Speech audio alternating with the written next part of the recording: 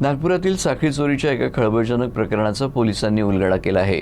कर्जबाजारीपणा आणि आर्थिक अडचणीत सापडलेल्या एका भाजी विक्रेत्यानं 78 वर्षीय वृद्ध महिलेच्या गळ्यातील सोन्याची साखळी हिसकावून नेली। गुन्हे शाखेच्या पथकानं आरोपीला अटक करून त्याच्याकडून चोरीचा मुद्देमाल जप्त केला आहे। मिळालेल्या माहितीनुसार 9 जून रोजी धरमपेठेतील 78 वर्षीय विजयालक्ष्मी नेरे या पायी जात होत्या। त्यावेळी सीताबर्डी पोलीस ठाण्याच्या हद्दीतील बालिंगे रोड परिसरात ॲक्टिवा दुचाकीवरून आलेल्या एका तरुणानं त्यांच्या गळ्यातील सोन्याची साखळी हिसकावून पळ काढला। या प्रकरणी सीताबर्डी पोलीस ठाण्यात गुन्हा दाखल करण्यात आला।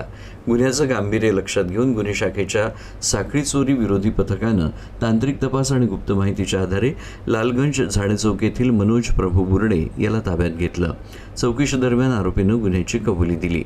आरोपी हा कळमना भाजी मंडईत भाजी विक्रीचं काम करत होता। त्याचबरोबर तो व्याजानं पैसे देण्याचाही व्यवसाय करत होता। व्यवसायासाठी घेतलेले सुमारे 7 लाख रुपयांचं कर्ज फेडता येत नसल्यानं तो आर्थिक संकटात सापडला होता।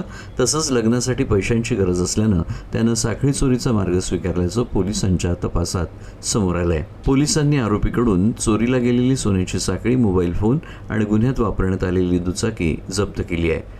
जप्त करण्यात आलेल्या मालमत्तेची एकूण किंमत सुमारे 3,55,000 रुपये असल्याची माहिती पोलिसांनी दिली आहे।